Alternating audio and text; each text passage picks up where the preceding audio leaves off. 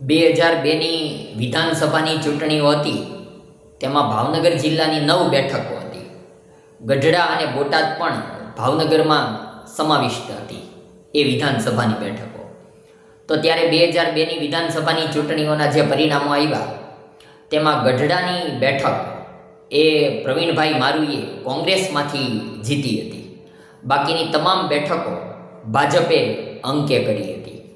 પછી 2007ની વિધાનસભાની ચૂંટણીઓ આવી તો ત્યારે ભાવનગર પશ્ચિમ, આમ તો ત્યારે એ ભાવનગર દક્ષિણની બેઠક ગણાતી હતી, તો તેમાં કોંગ્રેસમાંથી શક્તિસિંહ ગોહિલે એ બેઠક જીતી. એ સિવાયની તમામ બેઠકો ભાજપને ફાળે હતી.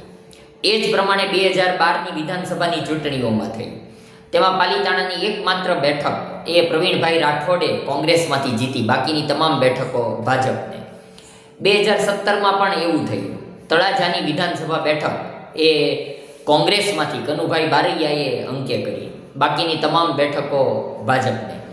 એ જ પ્રમાણે 2022માં છેલ્લી વિધાનસભાની ચૂંટણીઓમાં થયું. હવે તો જો કે ભાવનગરની 7 વિધાનસભાની બેઠકો છે, તો તેમાં પણ ગારિયાધારની એક બેઠક એ આમ આદમી પાર્ટીને ફાળે ગઈ. સુધીરભાઈ વાઘાણી ત્યાં આમ આદમી પાર્ટીમાંથી જીત્યા. બાકીની તમામ બેઠકો ભાજપને મળી. છેલ્લા 25 વર્ષનો આ ચૂંટણીઓનો વિધાનસભાનો ઇતિહાસ છે. લોકસભાની ચૂંટણીઓ તો 25 વર્ષથી ભાવનગર લોકસભાની બેઠક એ ભાજપને ફાળે છે. રાજુભાઈ રાણા એ સંસદ સભ્ય હતા.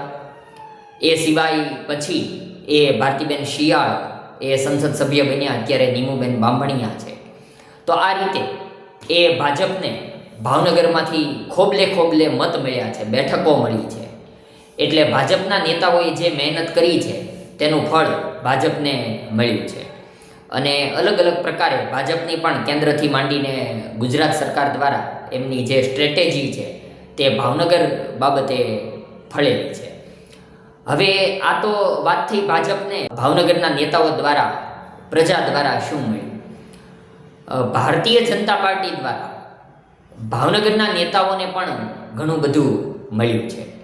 પ્રદેશ પ્રમુખ, આમ તો આ ચર્ચાનો દોર અત્યારે એટલા માટે છે કે હાલમાં ગુજરાત પ્રદેશ ભાજપ પ્રમુખ જગદીશભાઈ વિશ્વકર્મા દ્વારા નવી ભાજપની ટીમ સંગઠનની બનાવવામાં આવી છે. ઉપપ્રમુખો, મહામંત્રીઓ, મંત્રીઓ, અલગ અલગ અધ્યક્ષો બનાવવામાં આવ્યા છે. તેમાં એક એવો ગણગણાટ સાંભળવા મળ્યો કે ભાવનગરને ઓછું મળ્યું છે.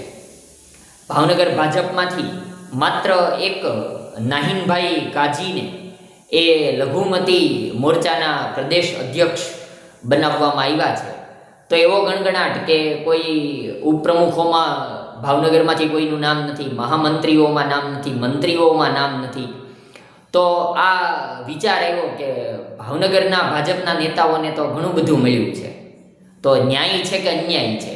અગાઉ રાજુભાઈ રાણા એ પ્રદેશ ભાજપના ગુજરાતના પ્રમુખ રહી ચૂક્યા છે. જીતુભાઈ વાઘાણી એ પ્રદેશ ભાજપના અધ્યક્ષ રહી ચૂક્યા છે. ઉપરાંત કેન્દ્રમાં અત્યારે ભાવનગરના ડૉક્ટર મનસુખભાઈ માંડવિયા એ કેબિનેટ મંત્રી છે. એ સિવાય નીમુબેન બાંભણિયા પણ એ કેન્દ્રમાં રાજ્યકક્ષાના મંત્રી છે. હાલમાં ભાવનગરના જીતુભાઈ વાઘાણી એ ગુજરાત સરકારમાં મહત્ત્વના સ્થાને છે અને કેબિનેટ મંત્રી છે. અગાઉ વિભાવરીબેન દવે ભાવનગર પૂર્વનું પ્રતિનિધિત્વ કરતા હતા અને ગુજરાત સરકારમાં મંત્રી રહી ચૂક્યા છે. મહેન્દ્રભાઈ ત્રિવેદી પણ મંત્રી રહી ચૂક્યા છે, એ જ બેઠકના ભાજપના નેતા.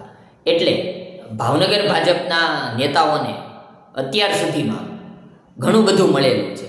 હાલની જે ટીમ બની છે તેમાં ભાવનગરમાંથી એ નાહિનભાઈ કાજીને પ્રદેશના લઘુમતી મોરચાના અધ્યક્ષ બનાવવામાં આવ્યા છે.